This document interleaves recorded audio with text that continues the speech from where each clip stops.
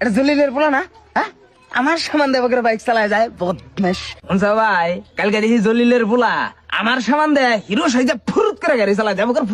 এই যে একটা কথা না বদমাশ না কি কুবা ইন্না পোলান কবে দেখ মুখ অনেক আসছে যায় মরে রইছে। আমার পোলায় 5 বছর ধরে বাইক চাইতেছে, দেই নাই মানে দিম না। পোলান বদমাশ বানাম না। দেখছে ভাই, দেখছে মতির পোলাটা কিভাবে করে চুল কাটছে, একদম খারাপ শয়তানের মতো দেখাচ্ছে। মনে করছো সবাই চুরি করে আইলো। এই ধরনের কাটিং দিয়ে যদি আমার পোলা মানে চুল কাটে, সিধা পিটাই করবো, গুরু পিটাই করবো। খবর কি ভাই, কালকে বলে রমজানের মেয়ে উত্তর পাড়া সুবাহানের পোলার বাড়াই গেছে। বাপ মাই বলে আগে দিয়ে জানতো কিচ্ছু নাই। আমার মেয়ে হইলে টুকরা টুকরা করে নদীতে বসে দিতাম।